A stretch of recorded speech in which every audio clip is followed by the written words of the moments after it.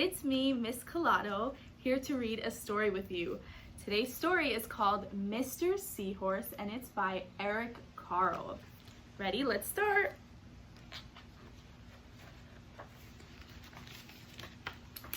Mr. and Mrs. Seahorse drifted gently through the sea.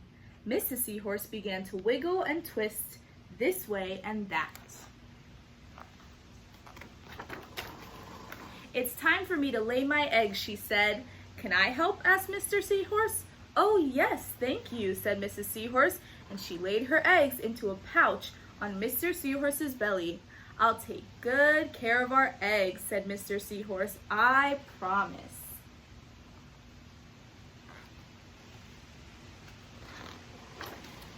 As Mr. Seahorse drifted gently through the sea, he passed right by a group of trumpet fish hidden in a patch of reeds. But before long, Mr. Seahorse met another fish. "How are you, Mr. Stickleback?" asked Mr. Seahorse. "Delighted," replied Mr. Stickleback. "I just built a nest and right away Mrs. Stickleback laid her eggs into it. Now I am taking good care of them until they hatch." "Keep up the good work," said Mr. Seahorse, and swam on his way.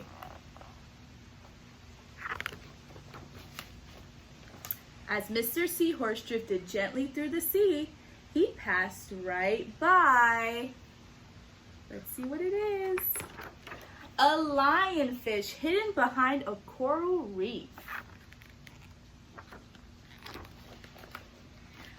But before long, Mr. Seahorse met another fish. "How are you, Mr. Tilapia?"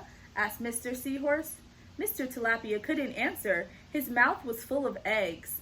I know," said Mr. Seahorse. "Mrs. Tilapia laid her eggs. Now you are taking good care of them until they hatch." Mr. Tilapia nodded his head.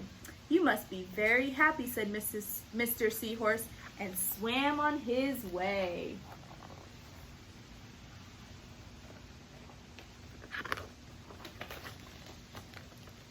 As Mr. Seahorse drifted gently through the sea, he passed right by, I wonder what it is, a pair of leaf fish hidden among the weeds, the seaweed. But before long, Mr. Seahorse met another fish. "How are you, Mr. Curtis?" asked Mr. Seahorse. "Perfectly fine," replied Mr. Curtis. "Mrs. Curtis laid her eggs and I have stuck them on my head. Now I am taking good care of them until they hatch." "You are doing a good job," said Mr. Seahorse, and swam on his way. As Mr. Seahorse drifted gently through the sea, he passed right by a stonefish hidden behind a rock. But before long, Mr. Seahorse met another fish. "How are you, Mr. Pipe?" asked Mr. Seahorse. "Couldn't be better," replied Mr. Pipe. "Mrs. Pipe laid her eggs along my belly. Now I am taking good care of them until they hatch."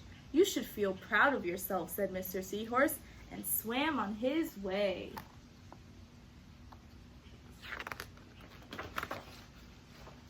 But before long, Mr. Seahorse met another fish. "How are you, Mr. Bullhead?" asked Mr. Seahorse. "Tip-top," replied Mr. Bullhead. "Mrs. Bullhead laid her eggs and the eggs hatched. Now I am babysitting." "You are doing a fine job," said Mr. Seahorse, and swam on his way. The time had come for the seahorse babies to be born. Mr. Seahorse wiggled and twisted this way and that. At last, the babies tumbled from Mr. Seahorse's pouch and swam away. One baby turned around and tried to come back into the pouch. "Oh no," said Mr. Seahorse. "I do love you, but now you are ready to be on your own." And that's the end of our story, friends. Thank you so much for reading with me.